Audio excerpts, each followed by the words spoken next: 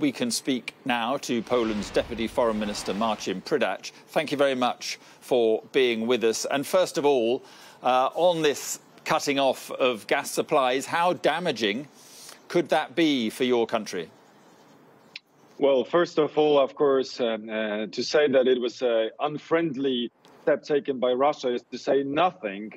It seems that Russia is not a reliable partner. But we know that, we knew that in Poland, that one day Russia may try to blackmail us with cutting off the energy supplies. That's why we've decided to diversify our energy or gas supplies.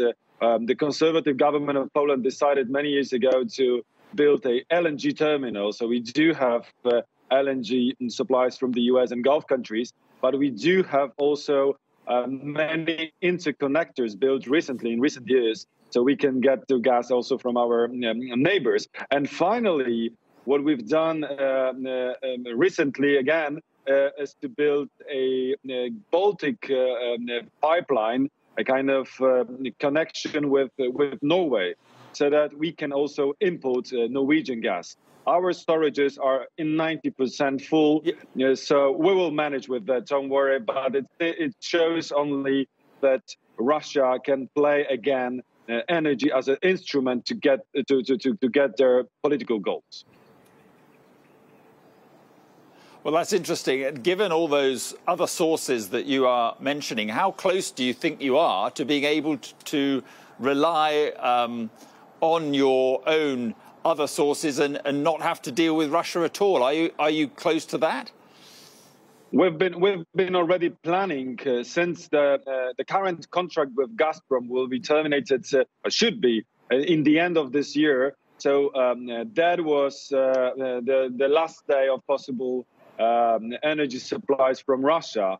So what we really need to do is to manage to somehow fulfill our internal domestic obligations until the end of this year. But what is more, and we've been already planning to phase out of Russian fossil fuels this year. We don't want to be a part of this business anymore, since we've been already warning our partners that Russia has been using the money getting or collected from the European member states to finance their war in Ukraine.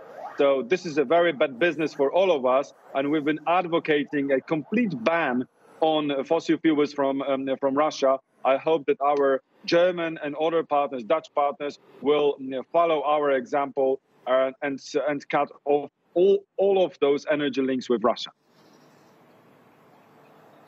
Well, that's a very good question. I mean, do you think they will? Because Germany, of course, relies very heavily on Russia for its gas supplies. Yes, that was their political decision. We've been telling them constantly. That's why, I mean, maybe relations between Poland and Germany has had its ups and downs. We've been very critical about Nord Stream 2 pipeline and Nord Stream 1 pipeline. All those gas connections between Germany and Russia, mostly because of the fact that being dependent on Russian gas means that they were also dependent on Russian political will. We've been trying to convince them to diversify, just like the European institutions were advocating. We've done it, the homework in Poland. Hopefully, Germany will do the same. If not, it seems that the European Union is too much dependent on Russia. We need to finish that. We are ready to express our solidarity to help our German neighbors if that is needed. But first, they need to take this political decision to be less dependent on Russia and to be fully in line with European interests. Yeah, and just finally, and a minute or so left, the Foreign Secretary, British Foreign Secretary, is reported to be about to say tonight that she thinks that the West should double down now on weapons to Ukraine and give more tanks and more heavy weapons and more aircraft. Do you go along with that? Do you support what she's saying? Oh, absolutely.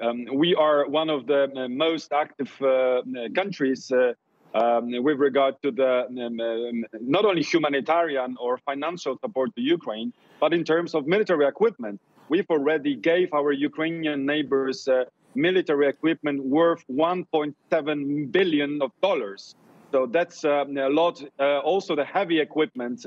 It was said. I don't want to go into details, but also many tanks were sent to Ukraine in order to help them not only to survive but to win this war. And I hope that having this example, the example of Americans and Brits, also other European member states will be more actively supporting Ukraine, because Ukraine is at war with Russia, unjustified, unfair war, unprovoked, and it is Russia, the bad side, an aggressive actor in this war. We need to support our European Ukrainian neighbor.